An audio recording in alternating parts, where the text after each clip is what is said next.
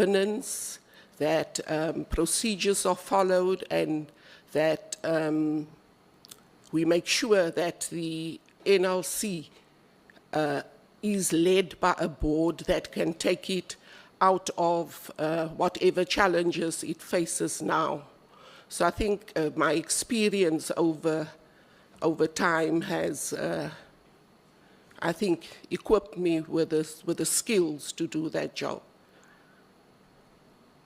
Thank you. Are there any follow-ups? Yes, Honorable Tran. Thank you, Chair.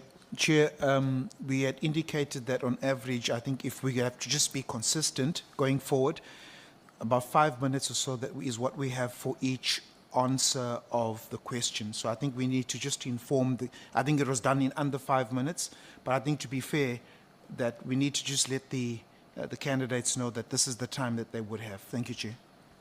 Thank you very much for that. Thank you, Member Chance. Sorry, Chair, just to suggest that that math doesn't add up. If we got 11 questions, 11 times 5 plus follow-ups. Anyway, yeah. We just got to be sure that we keep the interview within an hour, because we do have follow-up questions. Thank you very much. I will now move on to Member Musikatsi. Thank you, Chairperson, and good morning to Ms. Judy Hermans. My question is, based on your understanding, what are the functions of the NLC board? Thank you. Thank you very much, Honourable Motsikatsi. The functions of the NLC board are spelled out in the Act, the National Lotteries Act 57 of 1997 as amended. So all the duties of the board are spelled out in that. So it's about, the board advises the minister on the issuing of the license, which is presently held by Ituba. The board must also ensure that there is compliance. It should administer the fund and hold it in trust. It should regulate and police lotteries, different lotteries in the country. It should also advise, I've made notes because I thought that, so I'm going through the notes that I've made.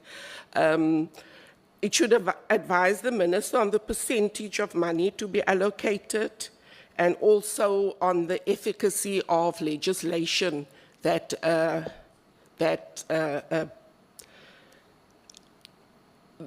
covers the operations of the National Lotteries Commission. It must also advise the minister on the social development program of the National Lotteries Commission, and also administer and invest money paid to the board. It must also, if the minister has any additional duties. Apologies, Ms. Hermans. We don't really mind you having made notes for yourself. Oh, okay. But in the process of the interview, we are talking to you. So I would like you to request maybe that not much reference to the notes, so that we speak to you, because otherwise everyone can just open the notes and act and this and that, so it defeats the purpose of understanding. Apologies for that. Okay, thank you. My apologies, members. So also the National Lotteries Commission board also, a lot of their work is to advise the minister on matters pertaining to the functioning of the Lotteries Commission, as this interviews that you are conducting today is also to advise the minister. Then also the board also works with the distribution agency in order to allocate monies to the categories that are defined in the Act, which is charities, arts, culture and heritage, miscellaneous, and then I think the last one is sport. Those are the categories. So that is a very important function of the board because it speaks to what the board is there for, what the National Lotteries Commission is there for in terms of the distributing of money to deserving charities and bodies.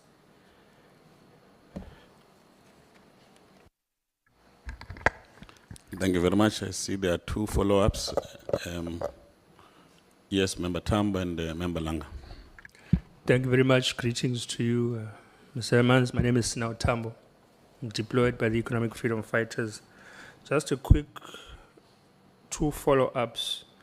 So you state that one of the roles is to advise the minister on the issuing of the license that is currently belonging to you, but I presume you know that the license has been awarded to another entity now. Is that correct? Yes, and I think I was under the impression that it's still subject to litigation, but you're saying it's been concluded. It's still subject to litigation, so my Yes. second question is related to that. Seeing that one of the roles of the board is to advise the minister on the issuing of the license, do you think the board which awarded that license to the new bidder, which is currently under litigation, was properly advised the minister? In your own perception, just a layman's view, well, not layman since you have experience in the sector, but in your view, do you think that the minister was advised appropriately by the current board?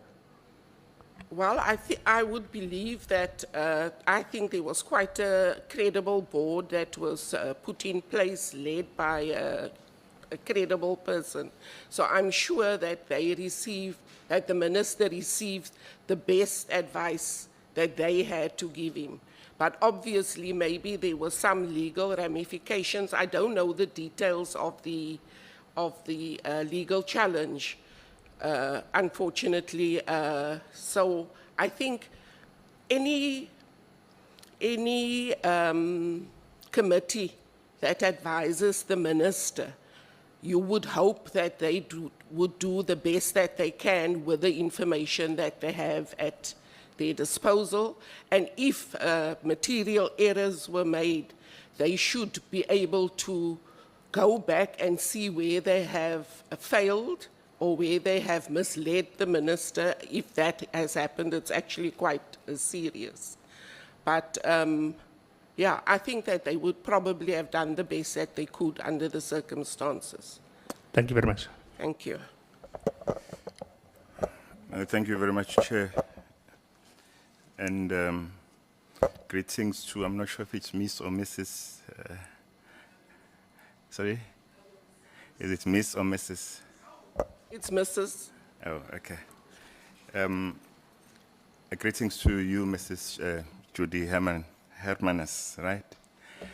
Hermanus. Okay. My name is Thokozani Langa. I'm deployed by the Inkatha Freedom Party to this committee.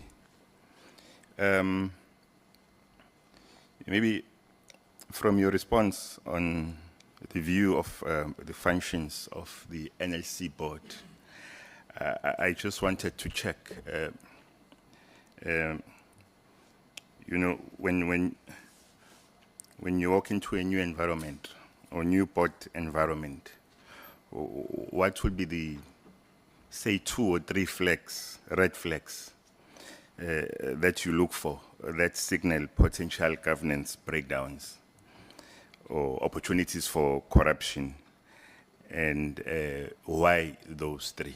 Thank you very much, Chair. Thank you very much. Over to you. Thank you, Chair. Thank you for the question. I think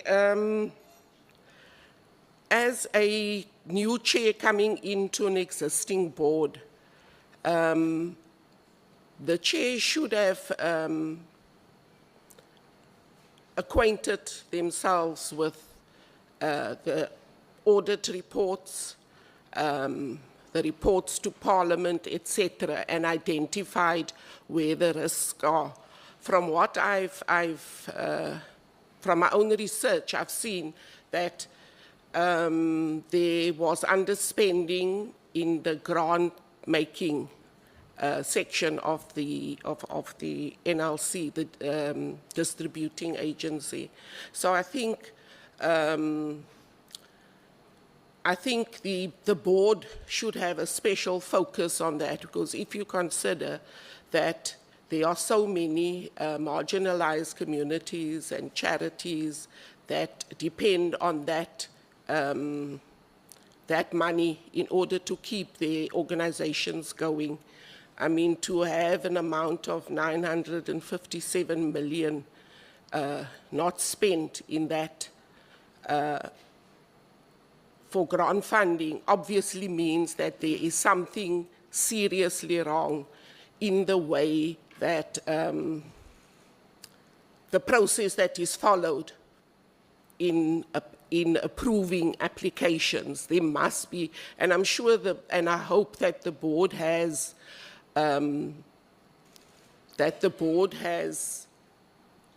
looked and seen where the gaps are, what it is that needs to be done in order to make sure. If you go to the website, for instance, it's quite distressing to see somebody mentioning they haven't seen money since 2017. And I mean, these are organizations that are struggling, you know, so, and some of them will just fall by the wayside if they don't receive the grant funding that they have applied for. I also note that the 150-day target that was set for the approval of grant application was removed from the key performance indicators. So it would be good to, as an incoming chair, to find out why was it that it was too short, because obviously it had a negative impact on the performance indicators of the entity as a whole. I think also something that the new chair should do is to check that the board is functioning as it should. That, you know, so it would be a red flag. Obviously, I don't know how the board is functioning at the moment, to see that the board, everybody has their functions that they must perform on the board, and whether there is harmony and whether they are working as a team to deliver the best results for the entity. Thank you very much. I will now move to Member 3. Thank you, Chair, and greetings to Mrs. Hermans. Chair, the following question is relating to NGOs and NPOs. Given the current proliferation of NPOs and NGOs requesting financial assistance, what approaches would you recommend to support vulnerable communities while balancing the needs of the broader NGO sector, while simultaneously closing the gaps of abuse that we saw in the previous administration? Thank you.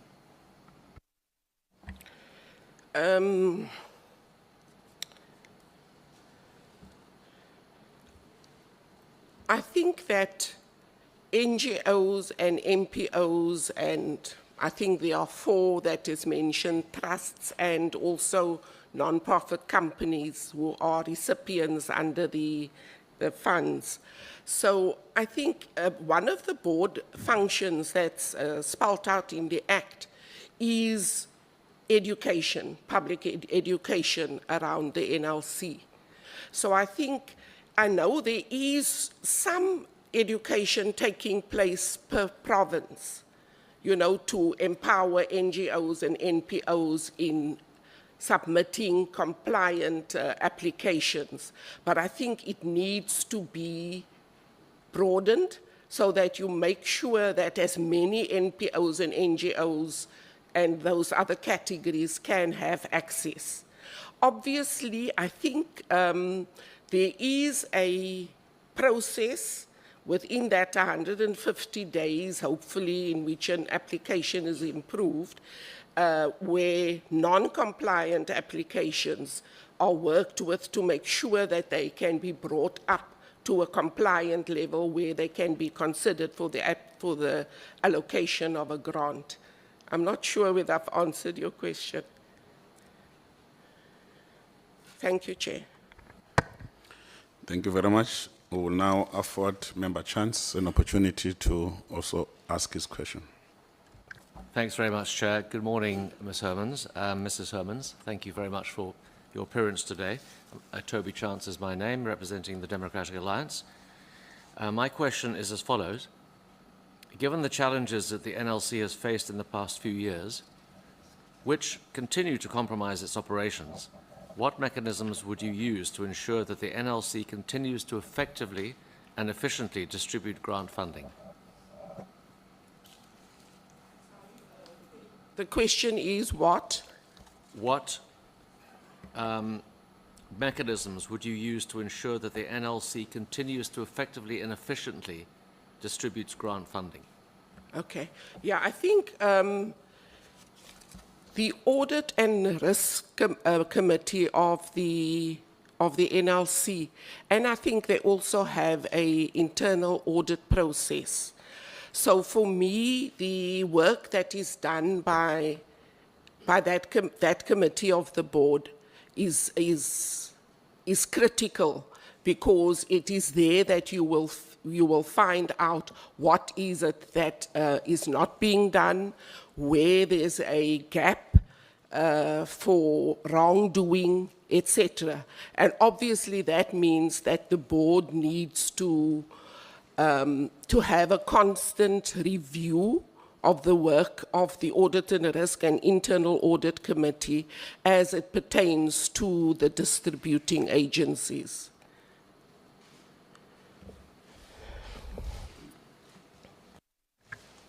Yes, Honourable Chance. Thank you. Ms. Hermans, when you were the chairperson of the Portfolio Committee, what actions, if any, did you take to investigate the allegations of corruption that were taking place at the NLC? And do you believe that those investigations were successful, if so? Thank you very much, Honourable Chance, for that question. As the Portfolio Committee Chair, the NLC was one of the entities that we tried every quarter to visit because of the problems that the NLC was experiencing at the time. We also, as a portfolio committee, attached an element of visiting projects that have received funds when we do visits, oversight visits, to see what it is that you find on the ground. And I mean, it was very unequal, and it also highlighted problems that was prevalent at the NLC. So we went to a project in Limpopo and couldn't find where this project was that received money, etc. So I think that was a sort of intervention that we've made. And then also the SIU work, the work done by the SIU, and I think we ended off our term as this portfolio committee in getting a detailed report from the NPA and the SIU on what it was that they had found, and also the remedies that they were applying. So I think we did, as a committee at that time, we did prioritize the NLC and the malfeasance and corruption that was taking place there at the time. Thank you. Thank you very much. Very briefly, Member Langa. Thank you very much, Chair. I'll shoot straight to the question. How would you then guarantee equitable, needs-based distribution of funds and ensure that rural and marginalized communities receive fair support? Thank you, Chair. The first part of that question, how? How would you guarantee, Guarantee. equitable and needs-based distribution of funds and ensure that the rural and marginalized communities receive fair support? Thank you, Chair. I think at the moment, if you look at the distribution, I think that the three economically strong provinces in the country are receiving a lot of the funds of the NLC, which is Gauteng, Western Cape, and KwaZulu-Natal. We also see, of course, that Limpopo also has a big portion of the funds, probably because the before last chair came from that province. And I think that work must be done by the NLC. If you look at what the Northern Cape, their portion at the Northern Cape, I think it's like 2.3% or something like that of projects that they enjoy. So obviously, I think the onus is upon the board to make sure that in rural provinces there is a concerted effort to be made together with the provincial officers to popularize, to let people know what is available, how they must apply, what it is they must do to be compliant. So it is up to the NLC also looking at what the Act says in terms of public education to have a specific focus on those provinces to make sure that you increase their percentage of the pot. Thank you. Thank you very much. I will now afford Honorable Tambo an opportunity to ask a question. No, thank you very much, Chair, and thank you, Mrs. Hermans. So the board is required to advise the minister on a number of issues in accordance with the National Lotteries Act. Which ones would you say are the most strategic issues that the board should ensure that they advise the minister on? There's a number of them, on licensing, on grant funding, and all sorts of things. But which ones do you think are most strategic? I think a very strategic one, and for me, maybe just given my background of community activism, I think is the percentage spend on the various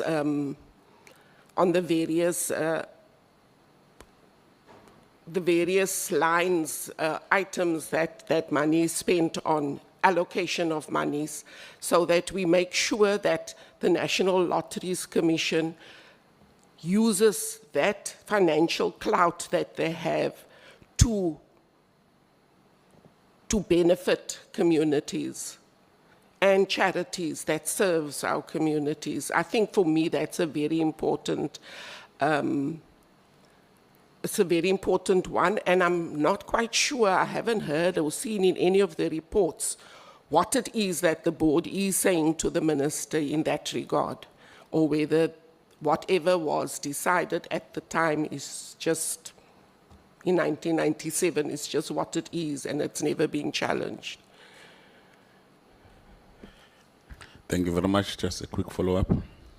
Okay, I've got maybe a two-pronged follow-up, or three-pronged. So I'd like to know, what is your understanding of Section 13 of the National Lotteries Act as it relates to the awarding of the license to political office bearers?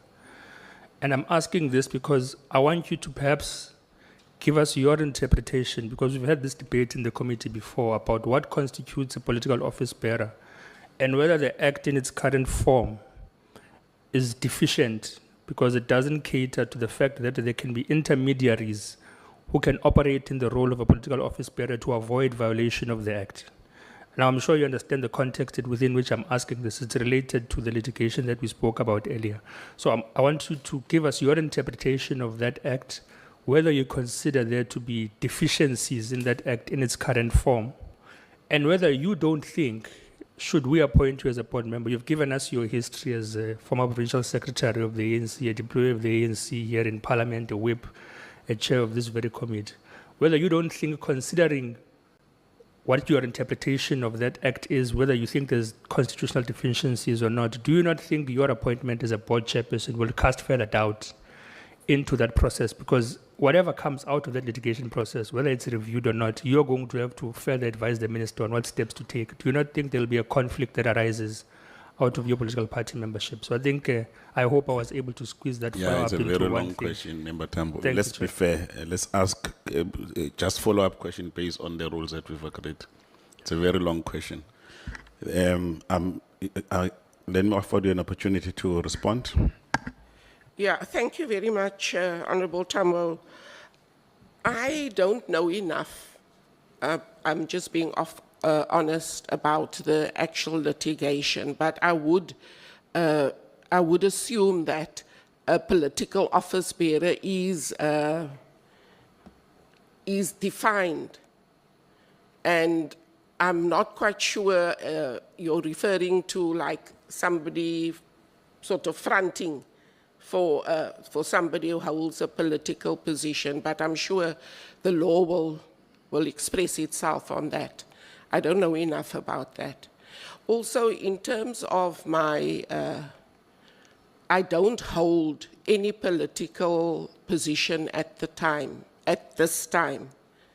I am still a member of the ANC, as all of us are members of political parties, but I don't hold any leadership position anywhere.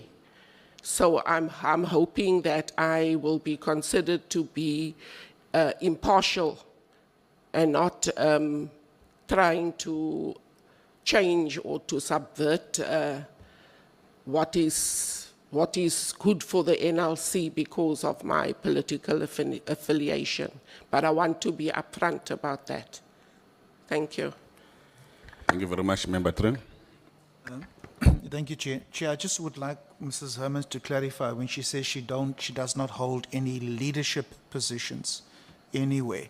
Do you hold positions on other boards, for example? And I know that that's not necessarily aligned to your political party, but when you say you don't hold any other positions, what is excluded and what is included in that? Everything, thank you, Honourable Thring. Everything is included there. I don't hold any position on any board at the moment. I'm just doing community work in my area where I live and in my province, but I don't hold any position anywhere. Thank you. Honorable Chance and Honorable Mkutu. Thank you very much, Chair. In your view, and according to the Act, is there any prescription in the Act that says that an NLC chair must take instructions from a political party? And what is your view around the relationship of the role that you would be playing and that of a political party? I've been through the Act. Thank you very much, Honourable Member. I've been through the Act. I don't see any prescription in terms of that. But obviously, as a board, it would be very wrong and very questionable to be handled from somewhere, because I think that's what it boils down to, either by a lobby group or a political party. It would be, I think, a removable offence for the chair to do that. Thanks, Chair. Ms. Hermans, just as a follow-up to Honourable Thring's question, according to your CV, you're currently the chairperson of the National Development Agency and a board member of the South African Biodiversity Institute. Is that CV now out of date? Does it say till presently? It says April 2016 to present and October Oh, 2018 okay, to that's a present. typo. My humblest apologies, hence your question, Honourable Thring. But obviously, when I came to Parliament, I had to resign from both of those boards because it would have been So in you're conflict. saying that you actually resigned from 2021? No, from 2019. From 2019? Yes, Okay, so you're, both boards. so that's your CV is like 6 years out of date. Yeah, my apologies, that's an error. Thank you. Thank you very much. I will now afford Honorable Mdluli the opportunity. Thanks, Chair. It's Mr. Mlondi Mdluli from the DA. Thank you, Mrs. Hermans. So the Act has given the Minister, the Board, or the Commission the powers to initiate a research to determine the granting of funds for worthy good causes without an application process. This has previously been the source of corruption and maladministration that has been investigated by the SIU. In light of this, what measures would you implement as the chairperson of the board to ensure that the process is fair, transparent, accountable, and ethically sound while still supporting community development? The board, or not the board, the NLC is linked, I think, to SARS, to social development and CIPC to make sure that whoever is applying qualifies. So if the board is handpicking, then that would have to be dealt with, handpicking from the applications that come in. Because every organization within South Africa who is compliant in terms of SARS and of course the CIPC, they are entitled to, but they are entitled to apply, but if there's any handpicking or favoring of NGOs and NPOs to receive those funds, that would be problematic. And I think the Audit and Risk Committee and internal audit of the board, as a committee of the board, should pick up on those irregularities. Thank you. Thank you very much. I'll now afford Honorable Khoza the opportunity to also ask a question. Thank you very much, Chair, and thanks to Mrs. Thank you very much, Chair, and thanks also to Mrs. Hermans. My question goes as follows. What measures will you propose to ensure that the NLC is effectively overseeing that grant funding for project is used for the intended purposes and has the desired impact on the surrounding communities? If non-compliance or underperformance within any project are identified, what corrective and punitive action should be introduced, implemented or strengthened to address this? Thanks. Thank you very much, Honourable Khoza. I think the NLC has instituted I don't know if you can call it a committee, but there is a body within the board that looks, or in the board or management that looks at projects. I think it came out of the investigations done by the SIU, where they are actually checking and following up. I think they were in one of the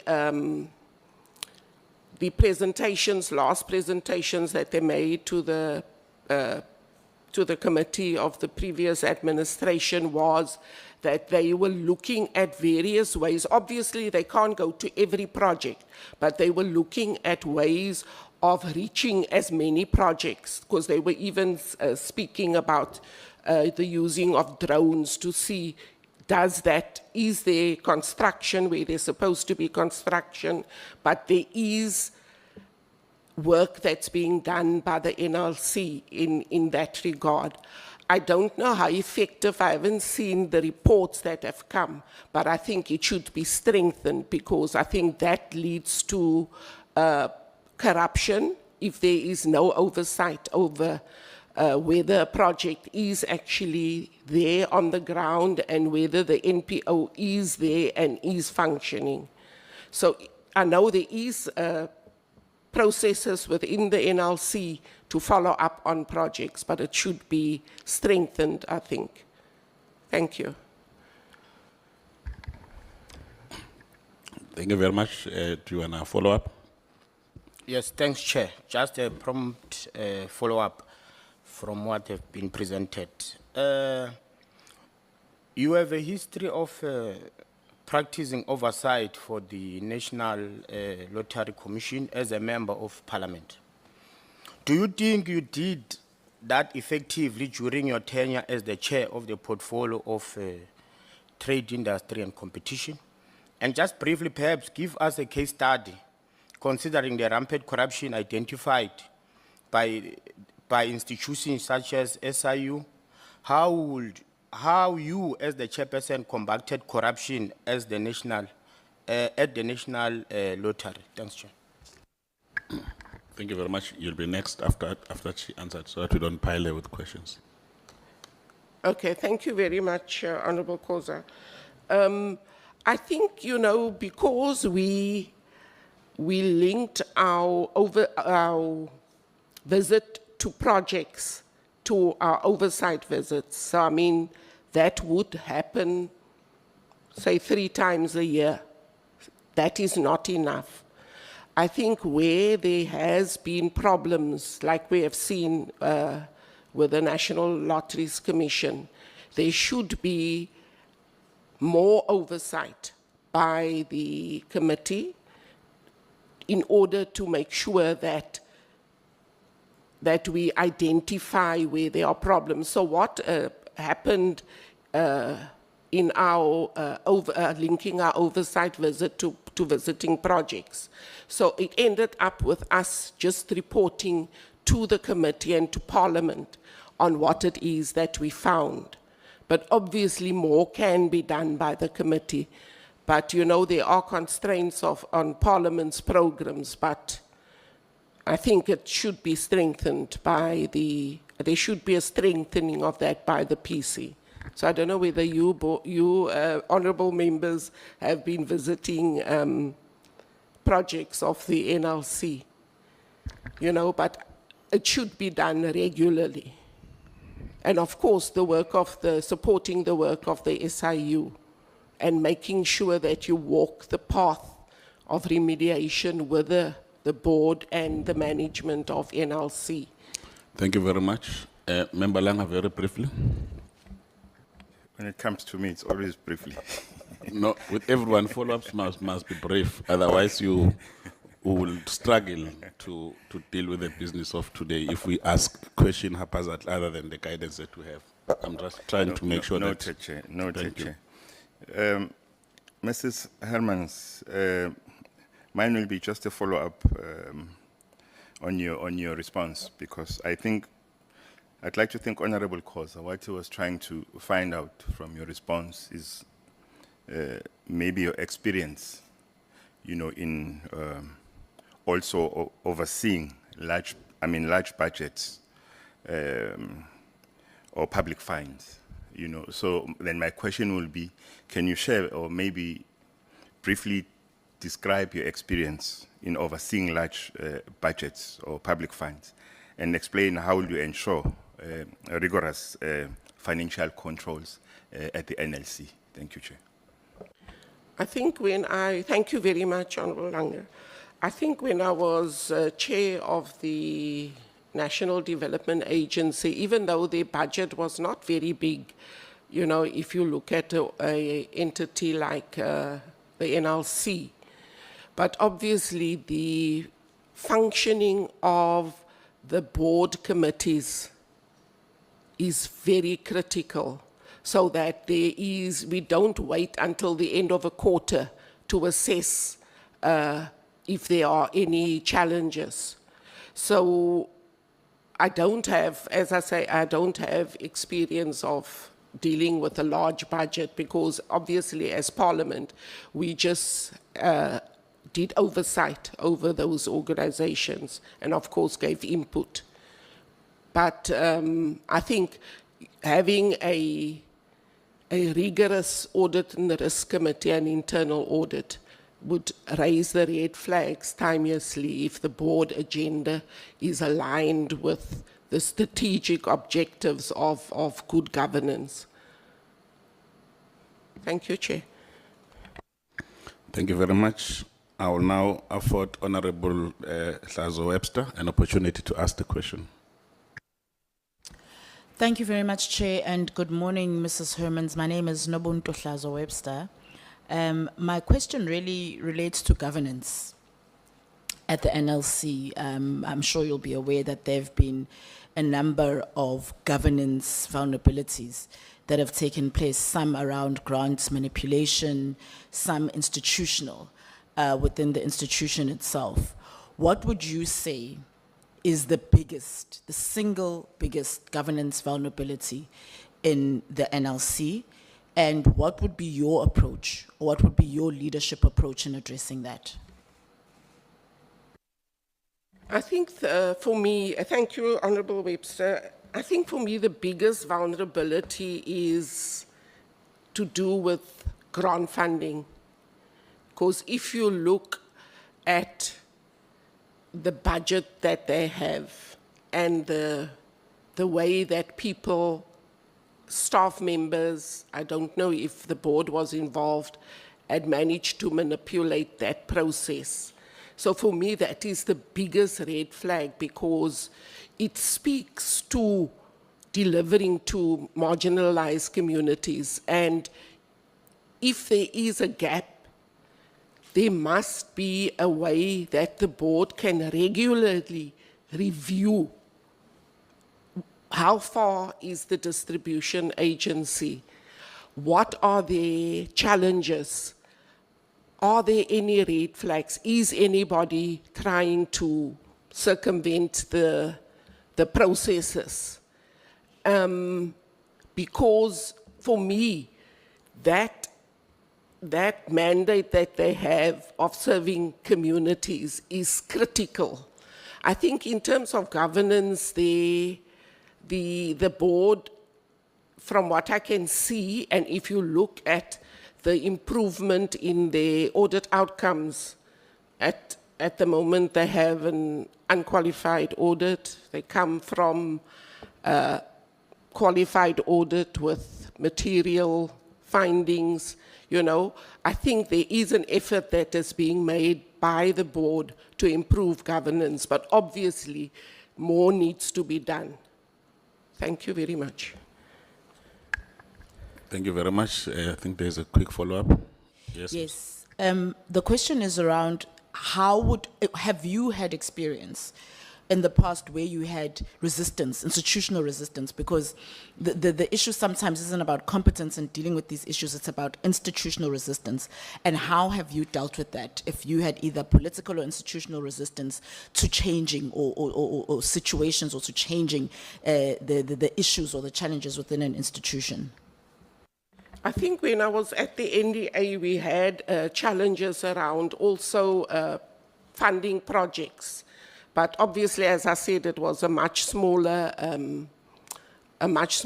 budget that was being dealt with. But the board managed to change the way the board was functioning.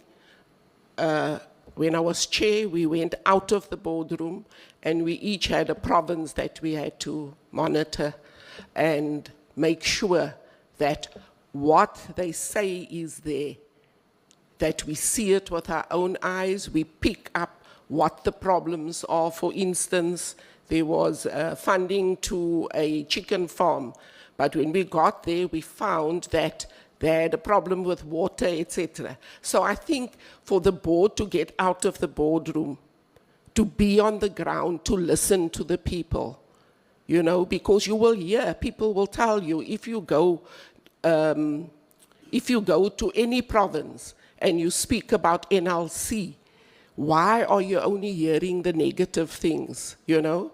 So I think getting the board out of the boardroom, if possible, I think would be a great intervention. Thank you. Thank you very much, Simons. And then we'll now move to Member Honorable Langa.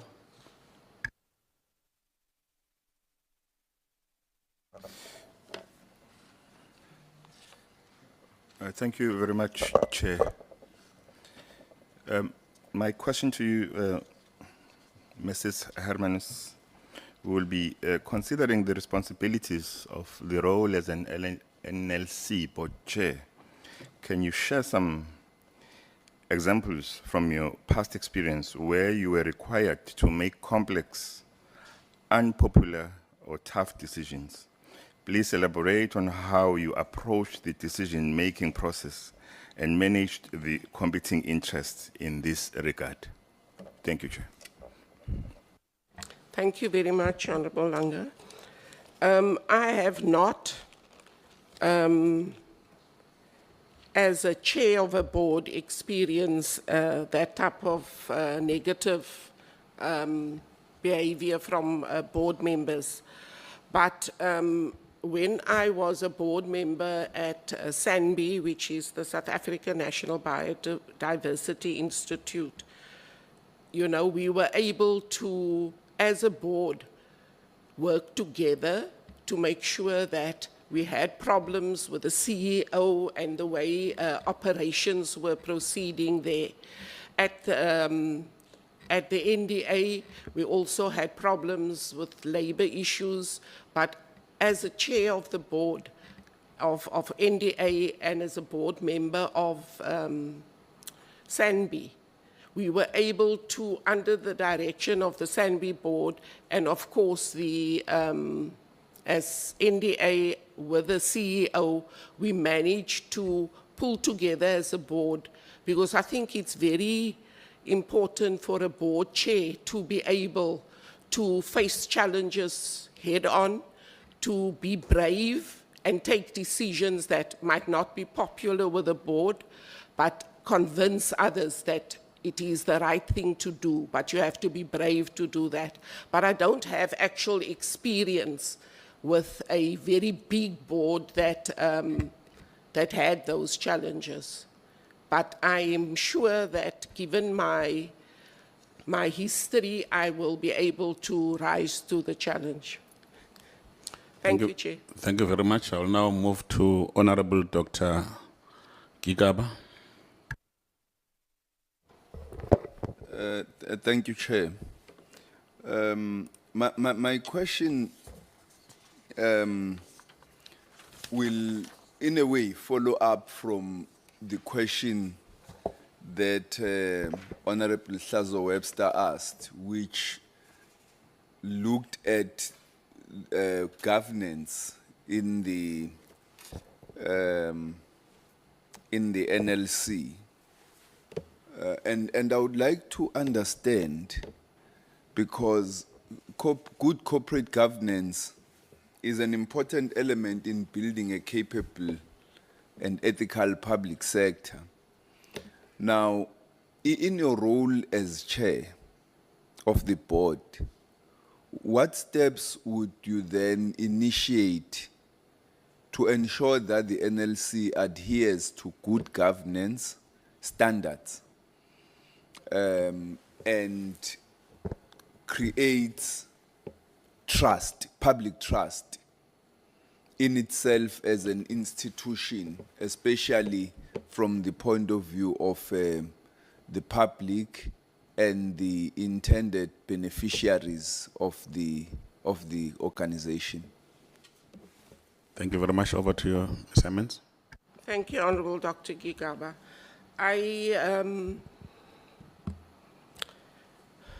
Good governance speaks to ethical leadership, effective and direct focus on the strategic objectives of the organization.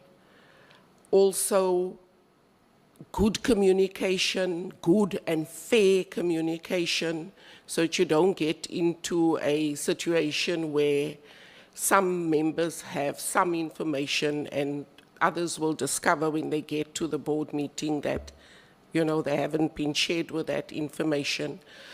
Also, to make sure that the subcommittees of the board, obviously for good governance, we also need to make sure that the committee is actually, the board is working together as a unit, that everybody is functioning. So I think as a chair, you also need to have an interpersonal relationship with board members so that you understand what their strengths are and what it is that they need support on. So I think the board must do a review of their performance regularly to see where it is that they are failing and to make sure that there is a plan to develop board members so that they perform better in their portfolios that they are managing in terms of the functioning of the board. And also, I think that there should be, and I haven't heard anything about that as far as the NLC is concerned, that there is some measure of succession planning, because within 5 years you cannot do everything. You can do your best, but 5 years is a short time in terms of an organization's life. I'm not quite sure if I answered your question. Thank you very much. And the last question will come from myself. As you know, that as a result of these ongoing investigations by SIU, the South African police, and all those things have overshadowed the work of the NLC and infringe on its reputation, despite some of the positive advances that have been made by NLC. What strategies would you propose to implement to restore the reputational damage that has been done to the brand NLC? Thank you very much. Thank you very much, Chair, for that question. Yeah, I think the NLC does need to do a serious reputational overhaul, have a serious plan to overhaul so that the brand is not looked at by the greater South African public in such a negative way. So the only way to do that is to be as transparent as possible. South Africa must know what it is that the board is doing to remedy malfeasance and corruptions. We need to know as South Africans. And I think linked to a roadshow in provinces, the board should go out and speak to South Africa so that they know that they are on, their plan is to improve how the public purse is being used at the NLC and what plans are in place. Because it's only by speaking to the greater public, by reaching out to them, that you can convince them to have a more positive view of the NLC as an organization. Thank you, Chair. Thank you very much. We have a few minutes remaining. Honorable Tambo. No, thank you, Chair, and thank you, Mrs. Hermans. Part of the reputational challenges faced by the National Lottery is the fact that the draws are no longer live for the lotto. I'm not sure if I'm making sense. Yes, part of the reputational challenges are that. How would you combat that? Would you revert back to the old model that was being utilized, or would you continue with the with the current model? And the second part is that what are your thoughts on advertising? Sorry, Chair, I know I'm eating too much into your time. What are your thoughts on advertising of activities such as gambling, which are related to the National Lottery as well? Do you think it's conducive for activities of that nature to be advertised and marketed in the manner that they are now? And what do you think that does for the reputation of the National Lottery? Thank you. Very briefly. Okay. Sorry, thank you, Honorable Tambo. I was not aware that the draws are not live. You know, we watch paid TV and not TV 1, 2, and 3, so I was not aware of that. And I would like to know, I mean, from the NLC, why it is not live, because really it will raise questions in people's minds. But I think the new chair should really look at that and see why not, because I can't think what advantage there can be of not doing the draw live, whereas for years it was done live. And the advertising of gambling, your question, there is a gambling board. I'm not quite sure what the policy of the National Gambling Board says about advertising, because obviously you don't want to encourage people to gamble and to beyond their means, you know. So I'm not quite sure, Chair, I'm not quite sure what the National Gambling Act says about that. Thank you very much. We have effectively run out of time. Remember, in the interest of fairness, you know, once you give 1 more minute, it will be as if, that's why I'm trying to limit even the number of questions. My apologies for that. Would you want to say something in conclusion, because we are done? Very briefly. Thank you very much, Chair and honourable members. Let me once again thank you for this opportunity to be interviewed by your good selves. I know that the National Lotteries Commission is a very challenging organization at this point in time. I think they are on an upward trajectory in terms of governance, and that I think a strong chairperson who is not afraid to stand on what is right will take the organization forward. We know that they are moving forward, but that needs to be sped up. Thank you. Thank you, Chair. Thank you. We couldn't go past. I also wanted to ask the last question, but I will have to restrain. Thank you very much. Good luck. You will hear from us as soon as we've explained the processes. Thank you very much.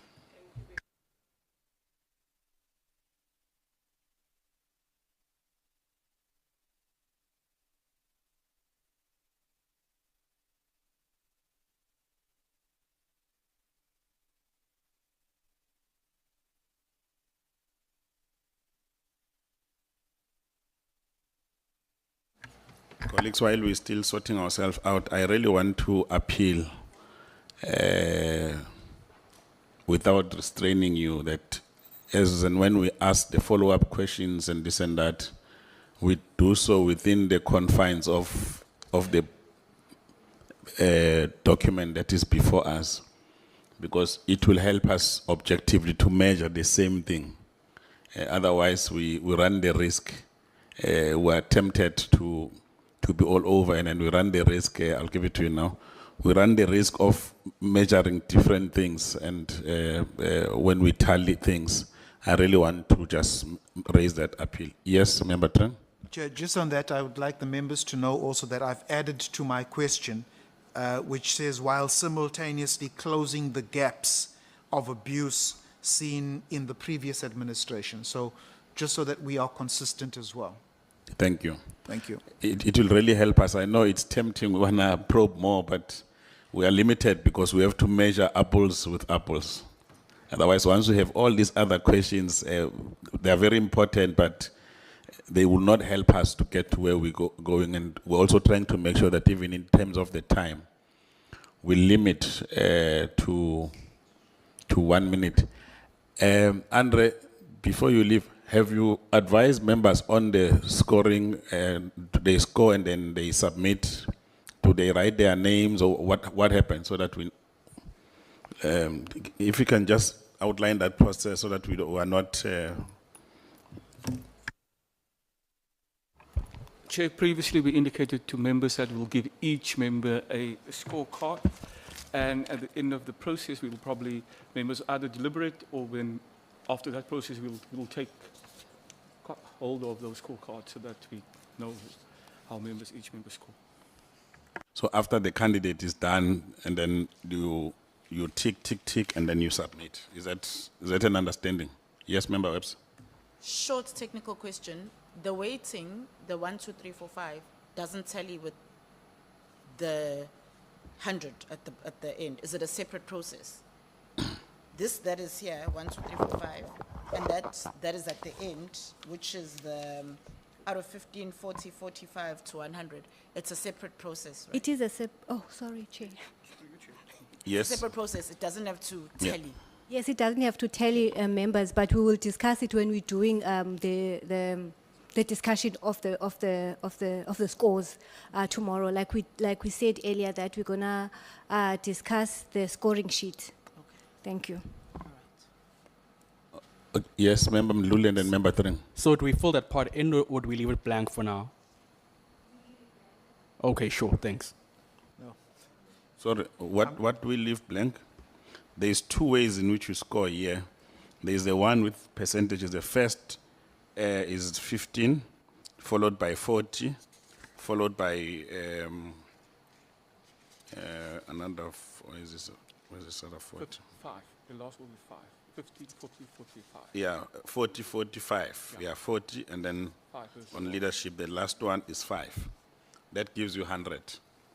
So the weighting, the 1, 2, 3, 4, 5, is 1 excellent or bad in that sequence, or 5. Did you clarify that?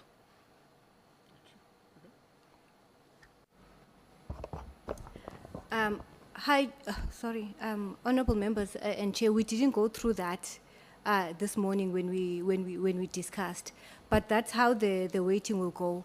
For example, in each, next to each question, there's the 1, 2, 3, 4, 5. That's where your score is, and on top of here, of the scorecard, each of the questions is under a bigger heading, right? When you are done with the questions under that, under general, for example, under general there's one question, right? Based on the outcome of that question, you will then score the candidate. At the back, there's a final score there. That's where you fill in.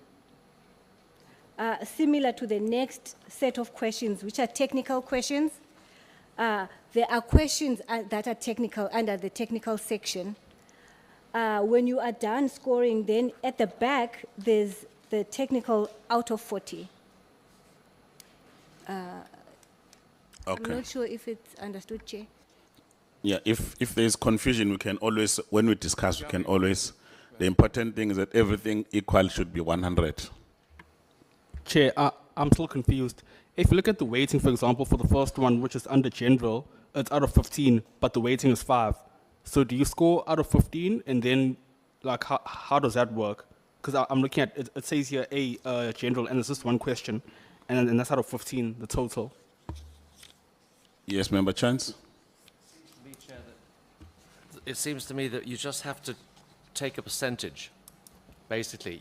You're adding up the percentage that is referenced in the 1 to 5. So, for example, if in question A, you rated a 3, that is 50%, or 60% actually. So that means you give it between 7 and 8 out of 15 on the percentage. That's how it should work. Now, members will help. Don't worry, the team is going to deal with that confusion. Member Langa, you should be the last, because when, yeah. Yes, Chair. Still on the confusion part as well. I couldn't really, I had to scribble on the side and not use the actual scorecard. So I wanted to check if then maybe, Chair, because Chair had said after the candidate, then you need to submit the scorecard. Can I maybe request then that maybe after we submit all the scorecards when we finished with the interviews? I don't know. I also still need mine. So I We don't know. will, I think what will be safe is to give the scorecards to us after the process is completed. If you require a new scorecard, you can just indicate to us. We will give you a clean one for the candidate that you may not have a clean scorecard. So, but let us complete the process and then we will collect the scorecards from members. Thank you very much. I think, yeah, objectively, let's just score so that we don't caucus each other and then send it to the team and then they'll balance the numbers out. Do we write our names or we don't write our names? You write the name of the candidate on top, Chair. Okay. Okay, thank you. Can I have a pen? Okay. And your name. And your name, okay. Are we ready with candidate number 2? Just 5 minutes, just to make sure that everyone does their work.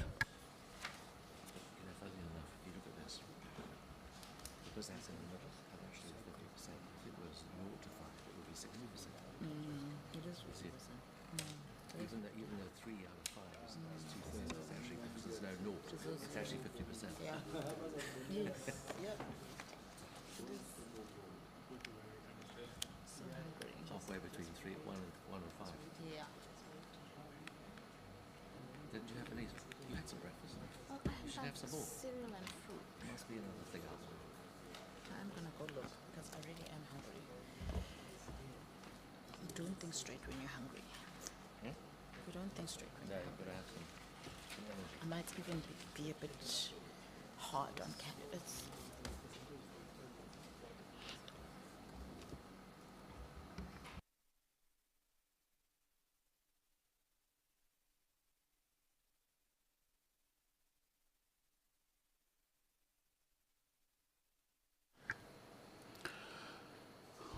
Are we all ready? Do we have the second scorecard? Dumela DDG? I don't see you. Look very young today. I don't see you. You are all welcome. PLO and TTIC and other guests that are here. Shall I Yes, we can call the next candidate.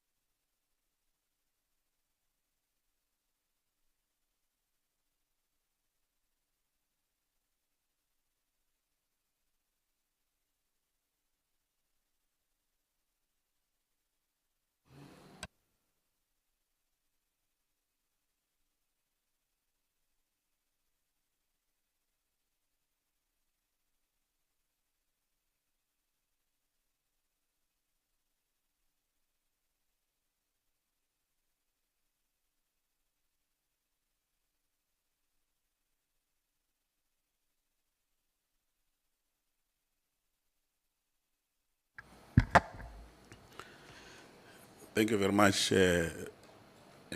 Ms. Musing Mpo. I hope I pronounce you correctly. Thank you very much. You are welcome to this interview process for the chairperson of the board of the National Lotteries Commission. On my right are members of the portfolio committee, consisting of different political parties in parliament.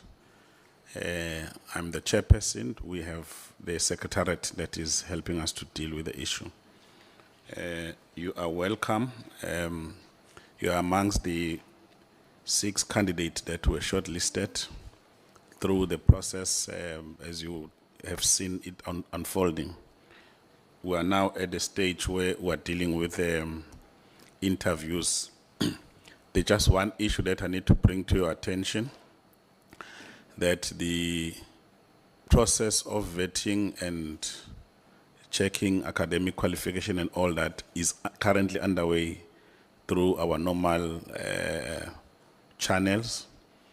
It is not complete. So whatever we do here still hinges on the outcome of that, but we did not want to further delay the process. So I just thought I must clarify so that if there are delays in communication, you understand that in context. We will be asking you questions for the next hour. But if we answer as quickly, it can be less, but it cannot be more than 1 hour, 1 minute. So we're monitoring that so that the process is fair. We have a set of guidelines, questions which members are going to ask, and then members will from time to time do follow-ups, but follow-ups will always be linked to the question that has been asked so that we are not confused about what we are asking. I will now invite Honorable Mkutu to ask the first question. Thank you very much, Chair. Oh, just before that question, apologies. We've also afforded the first candidate an opportunity just to give us a quick, brief introduction of yourself so that we can allow them the first question. Apologies for that.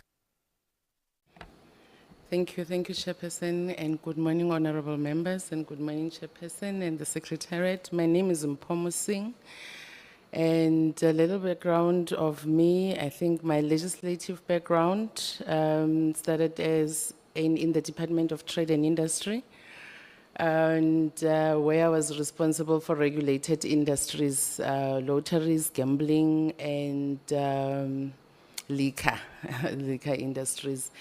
And I have served chair in different boards, SADPMR, SDT, and recently I was involved in the liquor inquiry, committee inquiry looking at fraud in the Gauteng Liquor Board.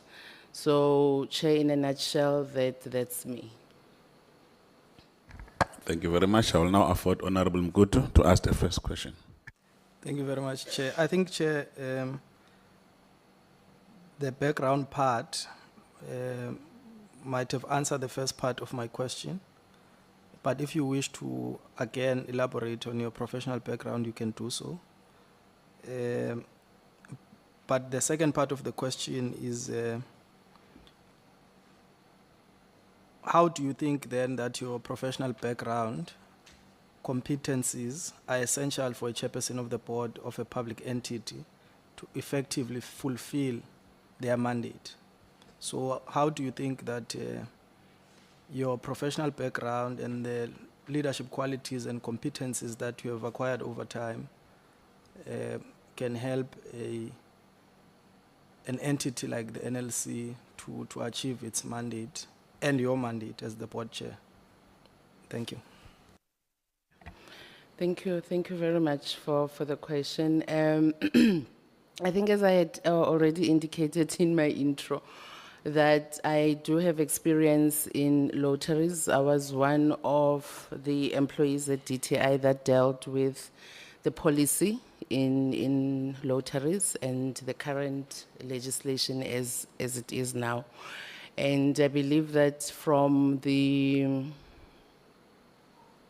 boards that I've served in, I have learned the ethical, the legal, as well as the financial requirements that are required for leading NLC, a regulator like NLC. And I've got 20 years experience in corporate governance as well as legal expertise. And I have served in SDT as the Audit and Risk Committee member,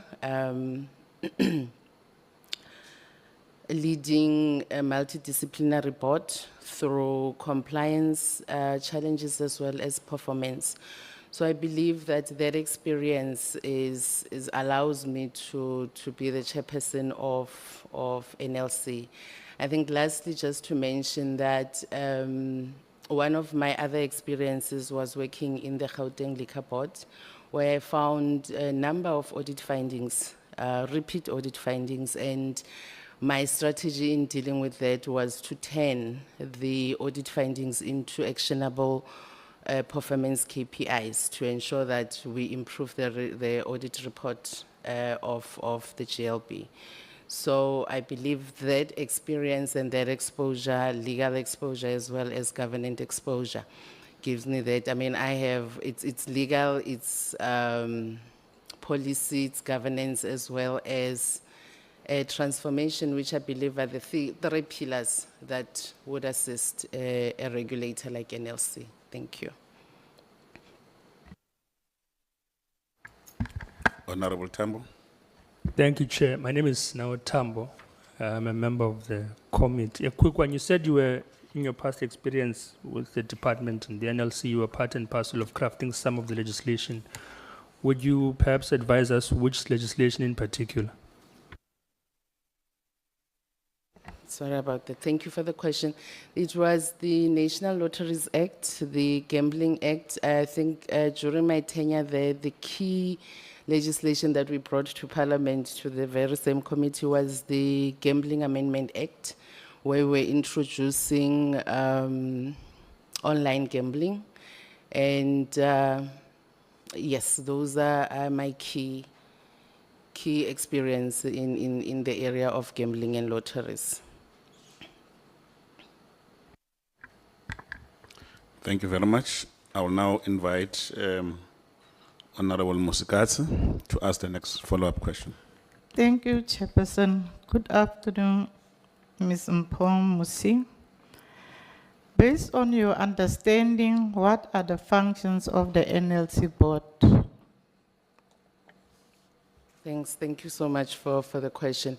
The functions of the NLC board, one is to regulate the lotteries operator, aligned to the Act as well as the conditions that are put in place in as far as the agreement of running lotteries is concerned.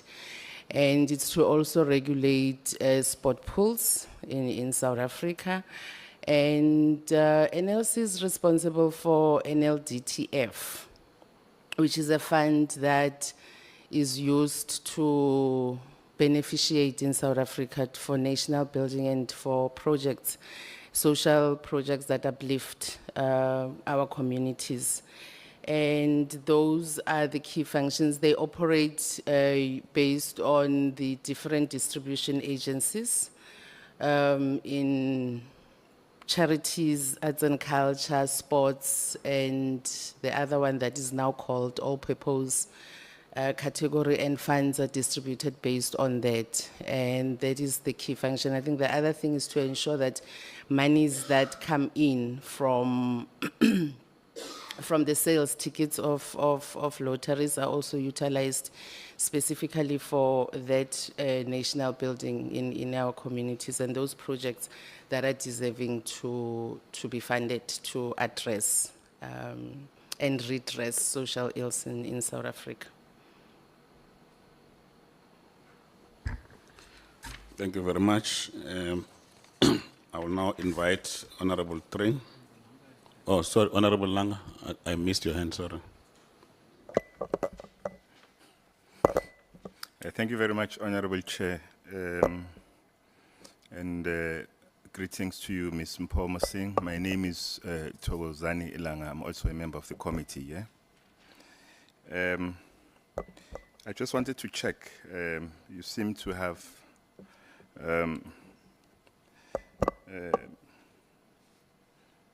some experience, you know, at in particular in the board at the board level.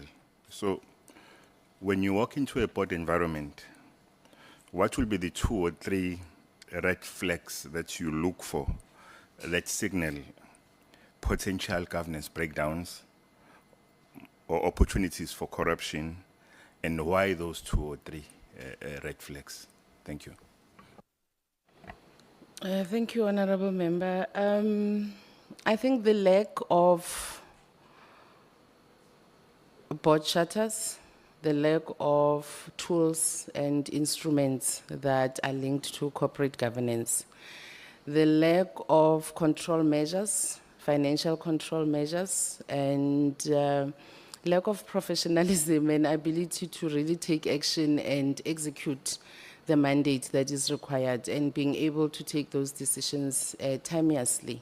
I think those would be the red flags for me working in a board. If those instruments are not in place, then it means governance will fail. And financial instruments, if are not there, and financial measures and controls, if they're not there, then it means funds are distributed in ways that do not really follow the policies that are required to be in the NLC.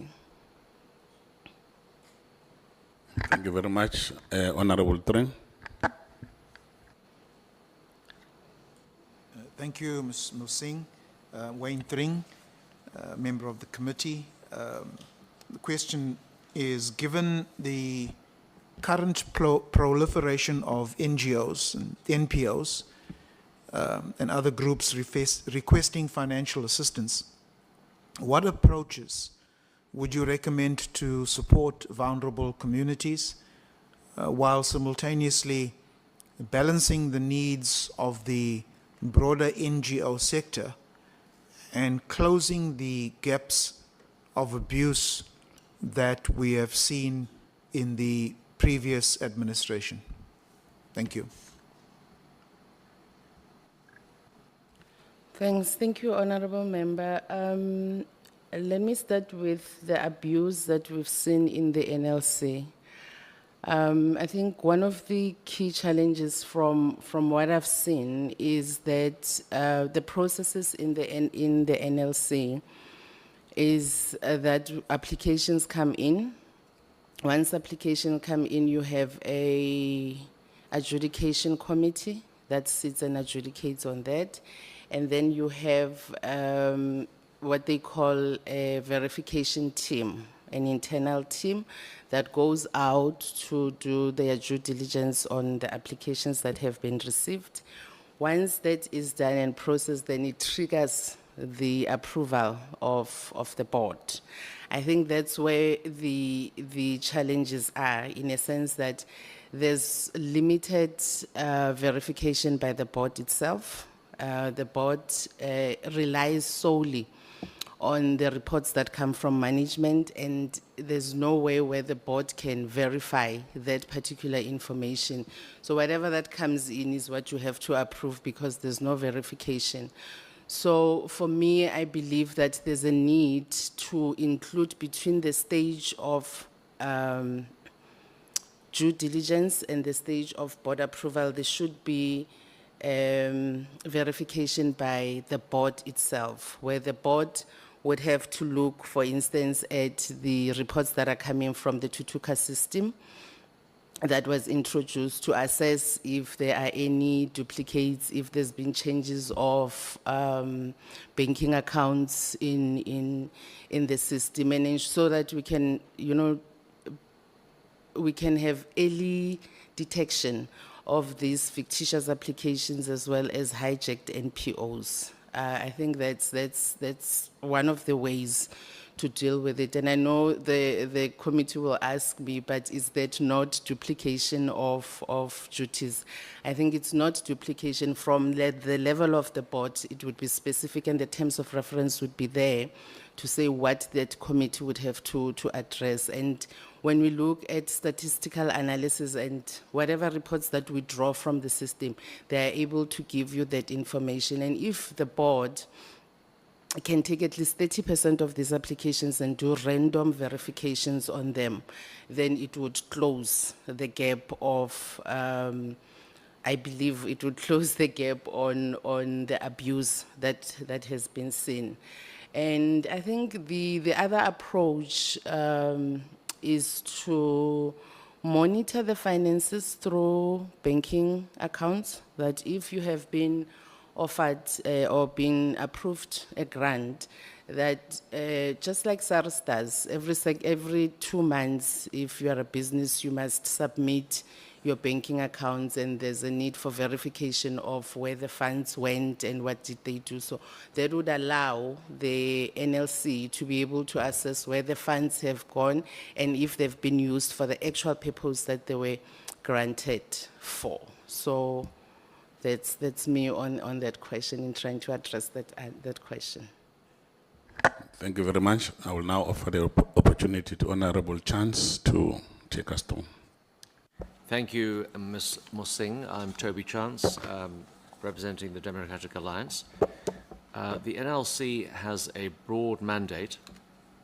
Sorry, apologies. Given the challenges that the NLC has faced in the past few years, which continue to compromise its operations, what mechanisms would you put into place to ensure that the NLC continues to effectively and efficiently distribute grant funding? Thank you, Honorable Chance. I think I've just a little bit touched on it when I was responding to the last question. But I think further to that is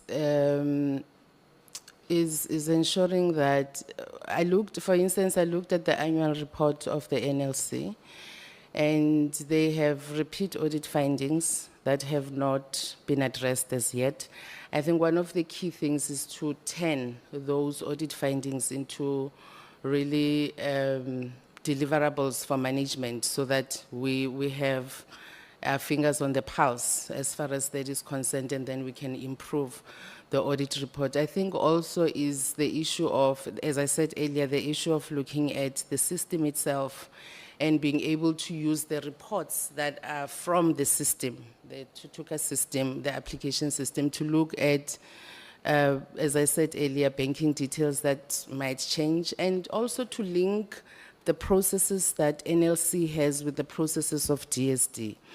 Because one of the key things is that for an NGO or an NPO to change their banking details, they have to talk to DSD, put in compliance requirements that are required that side. And if we can link those processes and be able to link processes of NLC, SARS, and so on, it would assist the NLC in addressing these kind of issues and the challenges.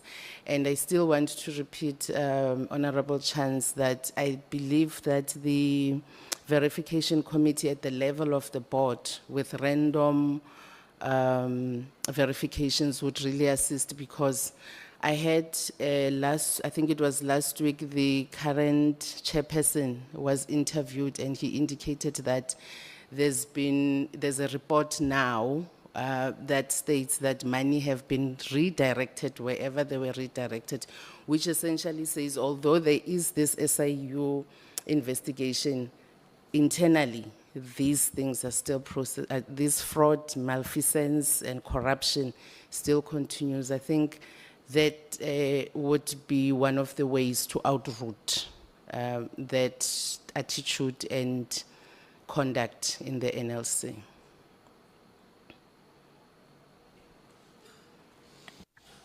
Thank you very much. I will now afford Honorable Tambo the opportunity to also ask his question.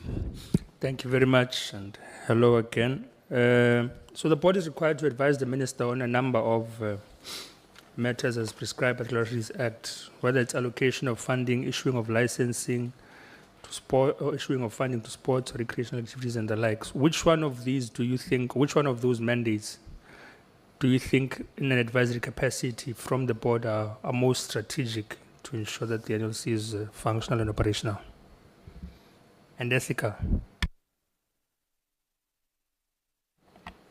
Through you, Chair, can I ask that the honourable member repeat the question again? I don't think I got it right. No problem. Thank you, Chair. So I'm asking, the board is required to advise the minister on a number of matters as prescribed by the Act. Which of these matters do you think are most strategic, whether it's on the issuing of the license, whether it's on allocation of funding for recreational activities such as sports or grant funding? Which of those do you think are most strategic and why in terms of the advisory capacity of the board? Oh, okay, thank you. Thank you for the question. I think all of them are really strategic. There's not a single one that you can choose and say this one is not strategic. Ensuring that funds received by or beneficiated to NGOs that really need those funds, it's a key strategy. Ensuring that there's financial health, financial stability in NLC. Ensuring that corporate governances and tools that we utilize in NLC are in place. It's a key strategic. Without that, it means we're going to fail in as far as governance is concerned. So for me, I believe that it's all-encompassing. There isn't one that you can put aside and say, this is a small anyana one. Really, we can address it because it might be small when you look at it, but the impact of it for not addressing it might be huge in the NLC. Thank you. Thank you very much. There's a follow-up question. No, thank you. Just briefly, you said you were part and parcel of the legislative crafting process of the National Lotteries Act, right? So I want to ask you quickly, do you not think perhaps you failed to foresee a constitutional deficiency in Section 13(2)(b) and IV particularly, which speaks to political office bearers not being allowed to bid for the National Lotteries license? Because I'd want to ask you in connection to that follow-up as well, do you not think that deficiency allows for political office bearers to use intermediaries to apply for the lotteries license and ultimately undermine what is intended by the National Lotteries Act? That's a really good one. Look, I believe that as NLC, once you commence with the process of, for instance, appointing an operator in the NLC, checks and balances have to be attended to. Probity has to be done. Verifications have to be done, and audits as to whether or not technical skills and financial skills are there, they have to be done. So office bearers are office bearers. I believe office bearers should not really be allowed to be in agencies like regulators because of political influence, because I would assume an office bearer would have political influence that they would want to put in there. And NLC is not about politics, if I can put it that way. It's about beneficiating, making sure that we redress the past, the inequalities of the past. We develop our communities. So I don't believe that office bearers should have any link really to the NLC, mainly because of the functions that they perform, mainly because of what NLC really is intended to be. Thank you very much, Honorable Tambo. No, I think Let's- maybe she's answered partly. I was interested in the part of whether she thinks the Act in its current form is sufficient to stop people using intermediaries to subvert it. No, Member Tambo, we are avoiding dialogue, so we're managing time. No, I can understand that, but if a question is not answered, Chair, what do we do? Because that was the key part of the question. whether she thinks there isn't a deficiency in the Act which allows for political office bearers to use intermediaries. And how would you advise the minister in a context like that? So if a political Yeah, office bearer that's a last exists- question. Thank Yeah, you. thank you. Just give her a chance. Okay, so I think I've answered the question that they should not be allowed really in any matters that deal with the NLC. So if the legislation currently allows for that, then there's a need really to look at the amending the legislation, mainly, as I said, because of the intended objectives of the NLC. Thank you very much. I'll now invite Honorable Mdluli. Thank you, Chair, and thank you, Ms. Musing. My question is, the Lotteries Act has given the Minister, the Board, or the Commission the power to initiate research to determine the granting of funds for worthy causes without an application process. This has previously been the source of corruption and maladministration that has been investigated by the SIU. In light of this, what measures would you implement as the chairperson of the board to ensure that the process is fair, transparent, accountable, and ethically sound while still supporting community development? Thank you. Thank you for the question, Honorable Mdluli. I think this question will link to the two questions that I've already answered. I think one is to ensure that governance, corporate governance is there, is in place, is applied. And secondly is to implement the whistleblower mechanisms framework and legal framework and ensure that it is implemented. Because I believe that whistleblowers are the conscience of any entity and any institution that deals with large sums of money like the NLC. Also, I believe it's also the implementation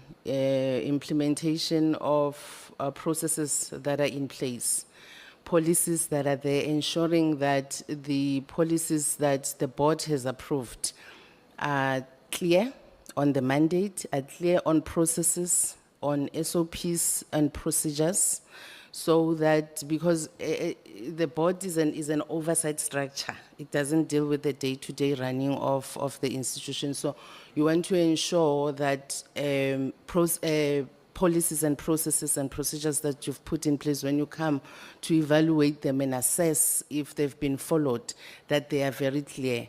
I think the other last thing is for the board to ensure that delegation is not over-delegated, because over-delegation in my legislative experience, it leads to lack of accountability, because you've delegated all the powers, and it becomes difficult at the end of the day to say who is accountable for this due to that delegation. So I think those are the things that I would initiate and put in place to address that issue.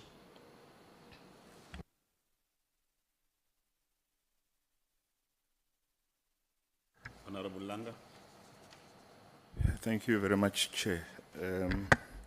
Just to follow up, Ms. Musing, on your response. Given the reforms and the increased public scrutiny on the National Lottery, what key governance innovations or strategic shifts do you believe the board should prioritize over the next 3 to 5 years to rebuild trust and ensure sustainable impact? Thank you very much, Chair. Thank you. Thank you, Honorable Member. As I said, I think corporate governance must be implemented. Firstly, the first principle of corporate governance says the accounting authority must lead with ethically, it must be transparent, and it must be able to report issues that might come up. And I believe that the NLC has established lotteries in Daba for engagements with the beneficiaries and the public at large. I think we need to strengthen that to ensure that we use the public to assist us with compliance. Because if you think about, or if you go around and you look at projects that are said to have been funded by the lotteries, some of them are not done. Some of them, I don't know when completion will ever happen, but if we link ourselves, if we link the NLC with the public, it becomes easier for the public to say, to raise noise and say, hey, this is what is happening in an area like this and this and this, and we are certain that finances are not necessarily used for the function that they were initially granted for. So those are the strategies that I would use. Also, data analysis and technology. You know, technology in the 4IR world has really moved so much that we've got systems that we can just plug in, or softwares that we can plug in the system that would really determine for us the duplicates in the systems, the fictitious applications in the systems, and the verification really that needs to be done. So I believe that stakeholder engagement and stakeholder forums, the indabas, would really change that element. Transparency.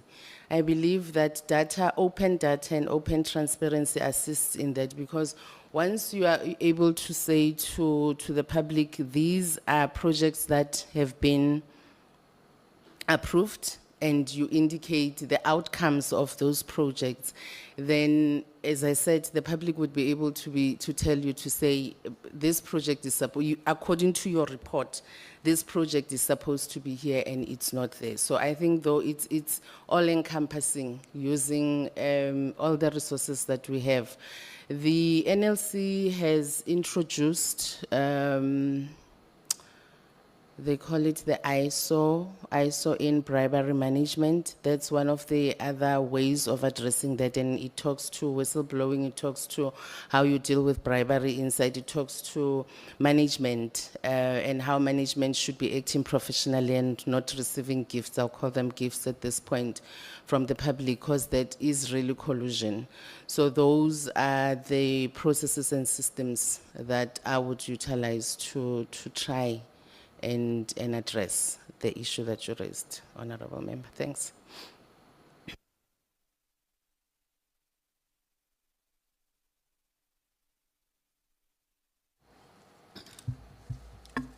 I will now hand over to Honorable Khoza.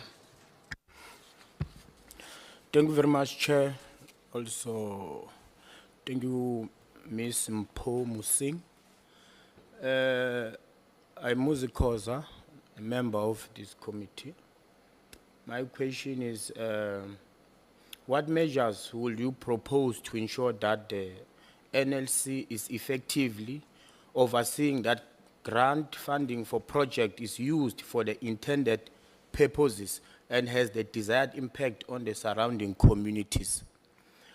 If non-compliance or underperformance within any projects are identified, what corrective or punitive actions should be introduced, implemented, or strengthened to address this? Thank you.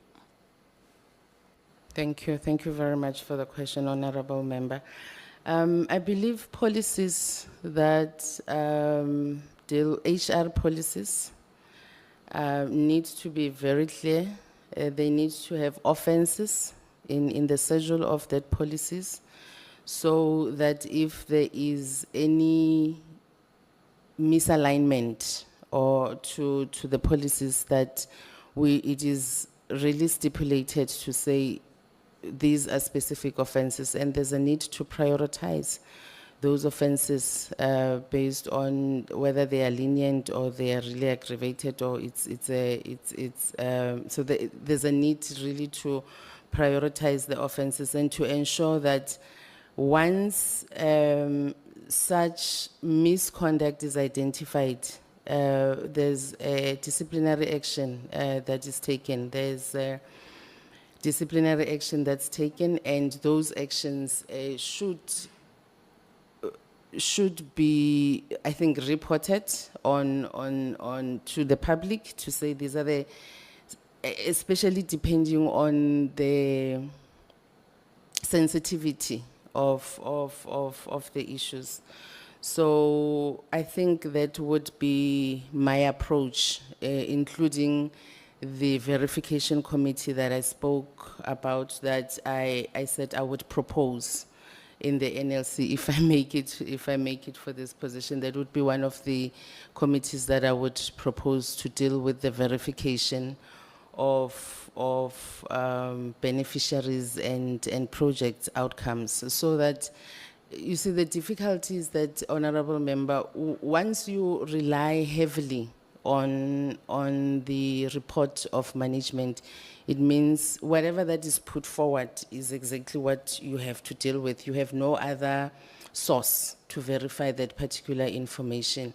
And without that verification, it means you will rely on, or you will also approve fictitious, hijacked NPOs and so on. And that would then be a cycle that just goes on and on and on. So I believe that that verification committee, based on the analysis that they would have to do in terms of applications that have been received, system reports, and any other reports that can be deduced from the system, would really assist to address the challenges in the NLC in as far as malfeasance is concerned. Thank you very much. I will now hand over to Ms. Honorable Hlazo Webster. Thank you very much, Chair, and it's now afternoon to Ms. Mosing.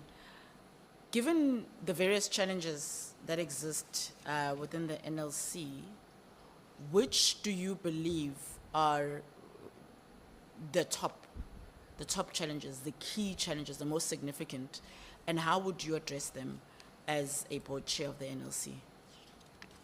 Thank you, honorable member, for the question. I think the top challenge is the misdirection of funds in the NLC. I think it's past 2 years with the SIU investigation, there's been recommendations that came from that report, and it's the implementation of that. And I think, as I said earlier, that I had on the interview, the current chairperson saying that there's funds that have been misdirected, and this was like last week, the 25th of November. It means these challenges are still carrying on. So I think for me that would be the priority. To ensure that funds are received by NPOs that really deserve to receive those funds, and to put in place control measures. I think financial control measures, because if funds are misdirected, I'm not in the NLC now, so I can't say to you the problem stems from this particular or lack of this particular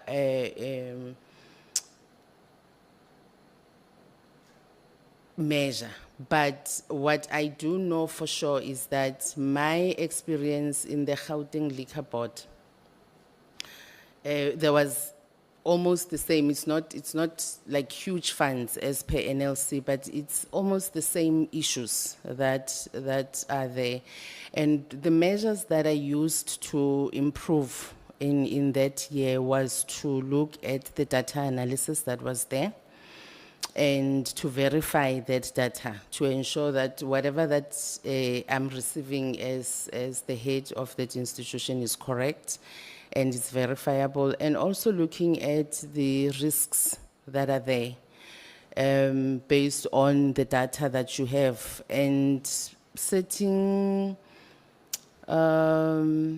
measures that are corrective measures, for lack of a better word, to put corrective measures to ensure that the risks are addressed. So these are reforms that I have implemented, and these are the reforms that I would also implement in the NLC, because they have worked.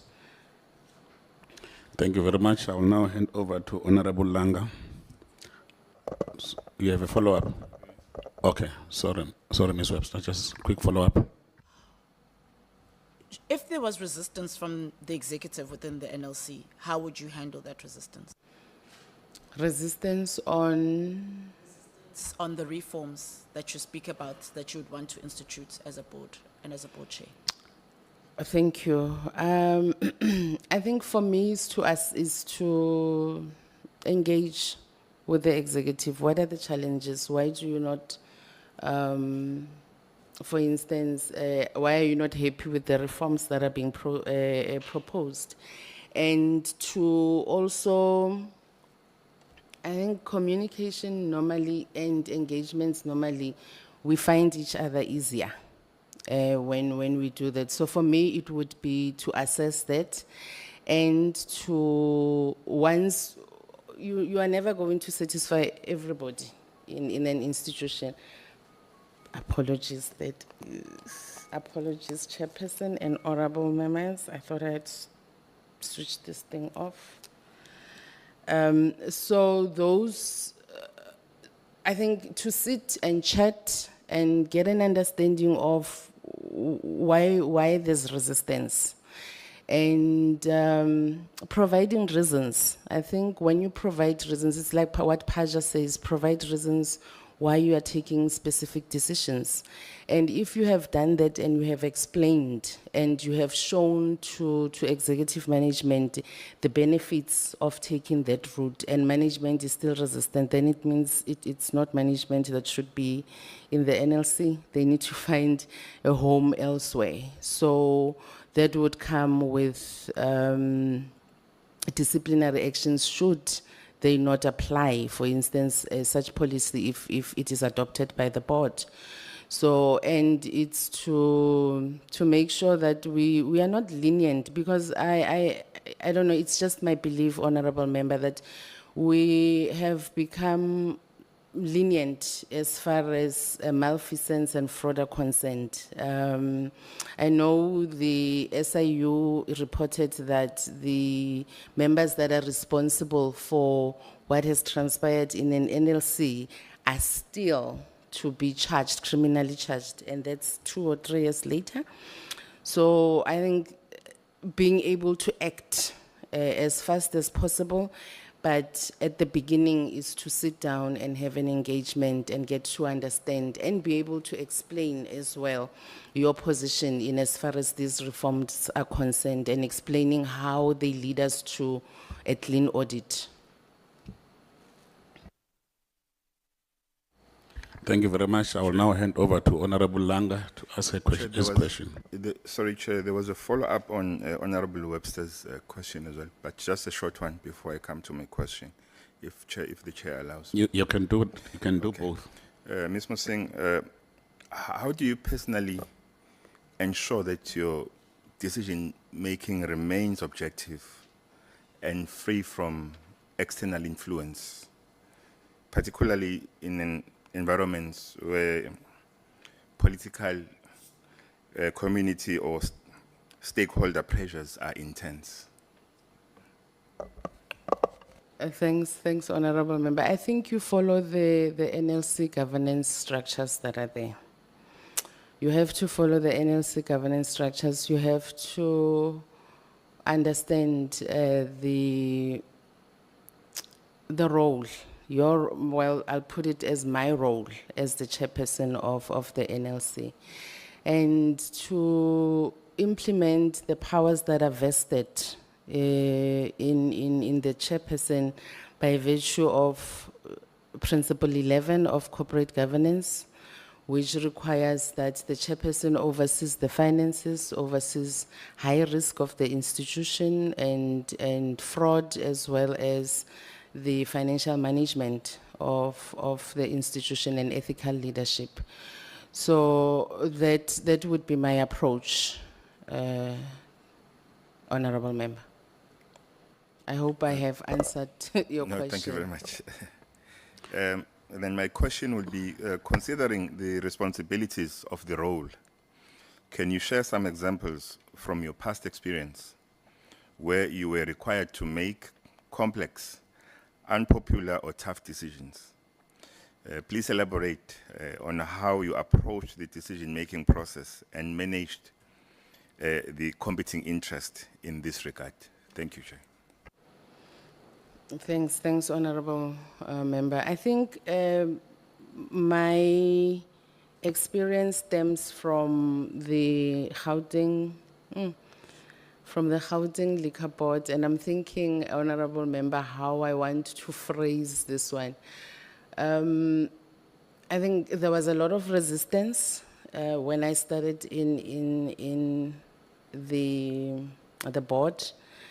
And I think the measures that I took was to implement what was required to be implemented, and taking through staff, management, and the board through the audit findings that we had, because without understanding where the audit findings stem from, it would be difficult to address.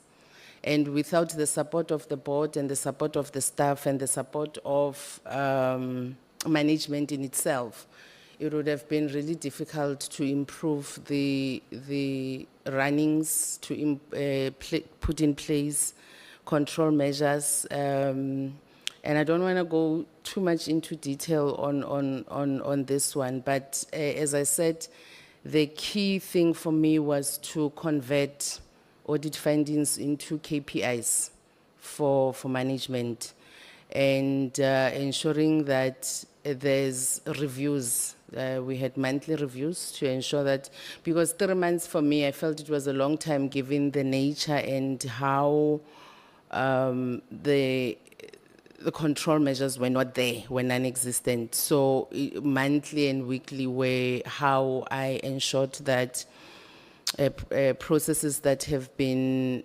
proposed are implemented. And the result, Honorable Member, it's the 2018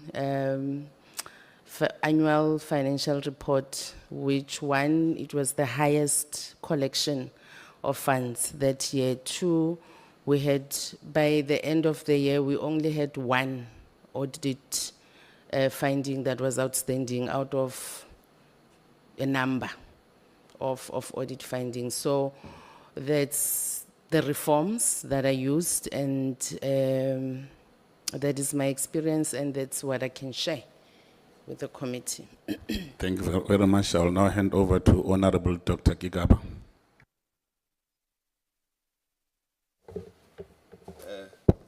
Thank you, Chairperson, and thank you and welcome,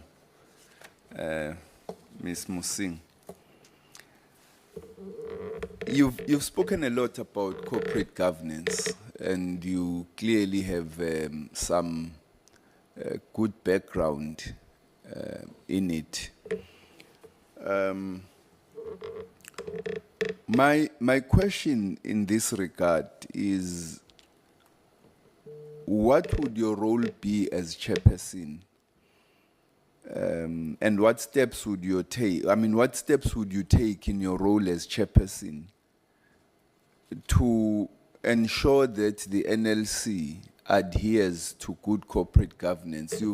You've mentioned glimpses of it, but I think what now perhaps you could do is to give us a composite picture of what steps you would take, what principles you would apply, and how you would ensure that the NLC, which has been dogged by serious corporate governance lapses, ultimately snaps out of it in order to restore public trust in the institution, first and foremost. Thank you. Thank you, Honorable Member Gigaba. I think corporate governance, I think for the chairperson, it's Principle 11. Principle 11 is the powers really of the chairperson in the board. And those powers require the chairperson to set out, for instance, a risk register for the entity, and to manage the high risks of the institution. I think linked to that also is the financial management of NLC, ensuring that reports are done on time, that liabilities are addressed, that income that is coming in is accounted for. And I think further to that is to address fraud in the institution, though that is the principle 11. And then you also have 1 and 2 principles that speak to the accounting authority leading an entity ethically, transparently, and with accountability. And those are the principles that one would want to ensure that are implemented. Also, the strategic strategy of the NLC, the strategic document of the NLC, and implementing those and the policies that are linked to that, and reporting to this House issues that may arise in as far as misconduct is concerned, and so on. And I believe, Honorable Member, that applying these principles that also link to Principle 13, really, which is the whistleblowing and protection of whistleblowing, and ensuring that whatever mechanisms that are in place are set and get to address any fraudulent issues that might arise. Those would be some of the things that the chairperson would have to really pay attention to, and reports that are coming in. I think I've said this, and it's coming out clearly that I am really reluctant to rely solely on management reports without being able to verify that information, because then it leads all of us to a road that we don't want to go to. So I think for governance, that's what I would put in place. You have a board charter, you have these are tools now that one would use to ensure that the board is managed properly. The committees that are there, your finance committee, your audit committee, and any other committees that would be there, they have the terms of reference that they work through and work based on, so that we don't get into the nitty-gritties and the day-to-day running of the institution that is left to management. So those are the principles that I would use. I think the last principle is that I don't want to forget is Principle 12 on transformation and the use of technology, to leverage my experience on that.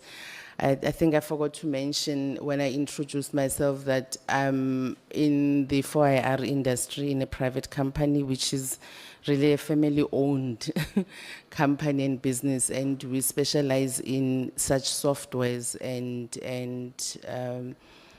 we are exposed to that. So application of those would really be an easy thing to lift credibility of NLC, linking it to technology as well as corporate governance, and PFMA, which is now the key act that deals with financial matters. I think the last thing that I want to raise as well is the materiality framework that is really critical. If we are able to assess the materiality of NLC, to say based on the liabilities and the assets, and liabilities and assets of the NLC, what is the percentage of materiality for us aligned to materiality framework of National Treasury? So those would be the corporate tools that I would use. The last question, as you are aware that there are investigations that are going on there from SIU, SAPS, and other law enforcement agencies. Invariably, this has dented the image of the NLC, what strategies would you propose to rework on the brand that has been battered and in interacting with your stakeholders?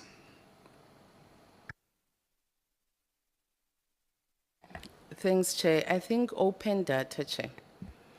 Open data, open information, reasons why certain decisions are taken, transparency, talking to your stakeholders and to the public, coordination with DSD, the projects and funds that have been awarded. I noticed in the current reporting, the NLC only reports the project, but it doesn't go into the detail really of the milestones of that project and giving information and clarifying as to how far those outcomes are. So that would be what I would do. And public engagements, I think to strengthen public engagements as well through the Indaba, as I said, and the stakeholder forums that we have. I think that those for now, Chair, those are measures that I would implement. Thank you very much, Honorable Tambo. No, thank you, Chair. Hello again. Just briefly, the live draws for the National Lottery were abandoned. Do you have any knowledge as to why that would have been the case? And what would you do about that going in future? So the live draw system for the National Lottery, which used to exist, Smugelu, is it Nkosi? Who's the chap?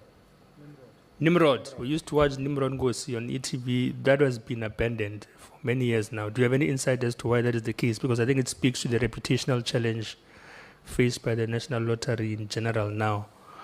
And what would you do about concerns about that now being done exclusively online or through banking apps? Would you reintroduce the live draws, or would you allow it to continue in the current way as a mechanism to perhaps subvert the fears of reputational challenges linked to corruption, allegations of corruption? Thank you. Thanks, Honorable Member. I think the question is, what is my view on that? Live draws. I think, look, I know that there's been reports, Honorable Member, regarding the lottery's results, for instance, as you mentioned, that there might be. And I know also that the current operator has come out clearly to say, look, there are no issues in as far as draws are concerned, the numbers that come out.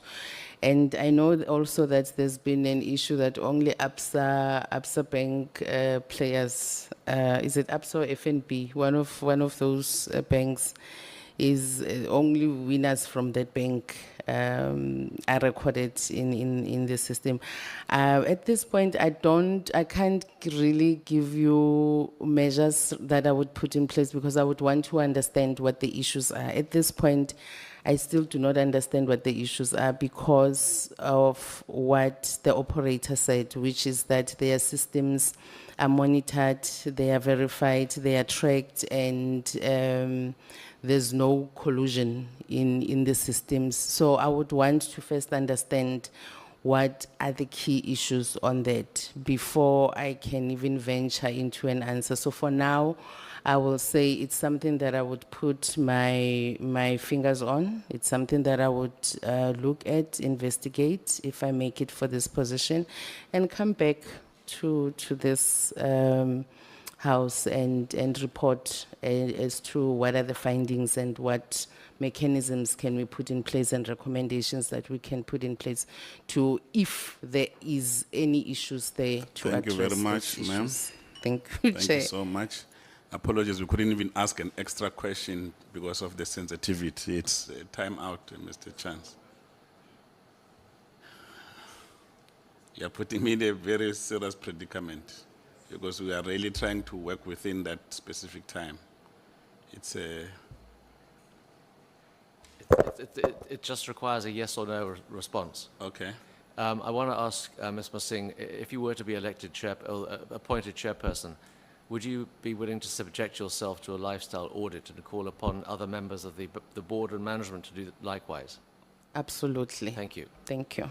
Thank you very much, ma'am. So we can't even ask you if you had any other questions or anything to declare, because I thought we were going to save the 2 minutes for you just to have concluding remarks, but we're trying to be fair and objective, because all these proceedings are recorded. So we don't want someone says, no, if I had an extra minute, it would have made a difference, then it becomes a problem. Thank you very much. As I said, that we have concluded this process, and then subject to the verifications of those issues that I started with, we will then publicly communicate the outcome. Thank you very much for honoring this invitation to the interview. Thank you. Thank you very much, Chairperson. Thank you, honorable members, and thank you for the invitation as well.